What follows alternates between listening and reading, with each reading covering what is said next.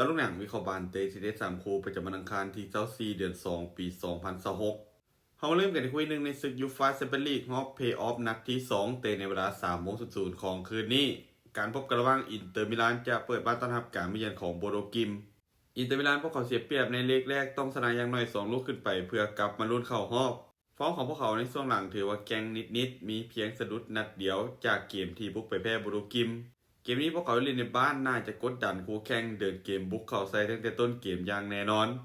ส่วนโบโดกิมพวกเขากลุ่มความได้เปรียบจากสกอร์รวมจุดเด่นคือการเล่นเกมส่วนกลับบวกกับวินัยในการเล่นเกมรับพวกเขาเป็นทีมที่ยิงประตูได้ค่อนข้างสม่ำเสมอบ่เป็นทีมที่จะเน้นตั้งรับอย่างเดียวอินเตอร์เกมนี้พวกเขาบ่มีอย่างจะเสียน่าจะแลกอย่างเต็มที่ถ้าหากสามารถยิงประตูแรกคืนนำได้ไว้เกมจะเข้าทางพวกเขาทันทีการคาดการณ์สกอร์ที่น่าจะเกิดขึ้นอินเตอร์มิลานจะเปิดบ้านเอาชนะโบโรกิมไปด้วยสกอร์3-0มาตอนคู่ที่2เตะในเวลา 00:45 ของคืนนี้การพบกันระหว่างแอตเลติโกมาดริดจะเปิดบ้านต้อนรับการมาเยือนของคลับบูธในเลกแรกทั้ง2จบลงด้วยผลสกอร์3-3แบบสูสีกันหลายเกมนี้แอตมาดริดพวกเขาได้เปรียบในเรื่องการเล่นในบ้านมีแฮงเสียมาเต็มฟอร์มยังขึ้นลงแต่เกมในบ้านยังคงไว้ใจได้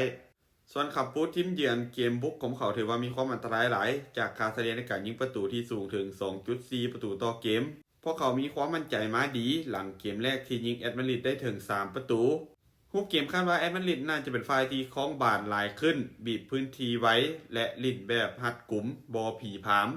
ส่วนขับบูธพวกเขาน่าจะบุกแรกเน้นฮับและรอจังหวะการเล่นเกมส่วนกลับถ้าหากได้ประตูแรกเกมจะเข้าทางพวกเขาทันที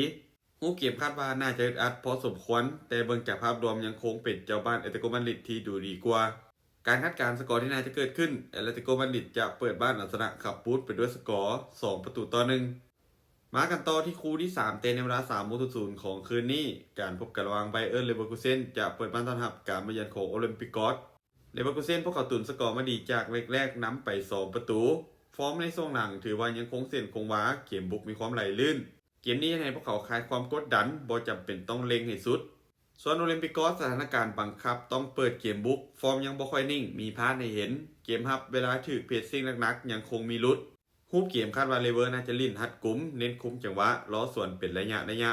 ส่วนโอลิมปิกกอสพวกเขาน่าจะเดินหน้าบุกเสี่ยงกับการที่จะถึกส่วนกลับจากเลเวอร์คูเซ่นและถึกยิงประตูเพิ่มได้การคาดการณ์สกอร์ที่น่าจะเกิดขึ้นเลเวอร์คูเซ่นจะเปิดบ้านเอาชนะโอลิมปิกกอสไปด้วยสกอร์3-1สุดท้ายนี้ถ้าทุกคนสนใจแนวทางที่ดีแบบนี้อย่าลืมกดไลค์กดแชร์ออกไปเพื่อเป็นแนวทางเพิ่มเติม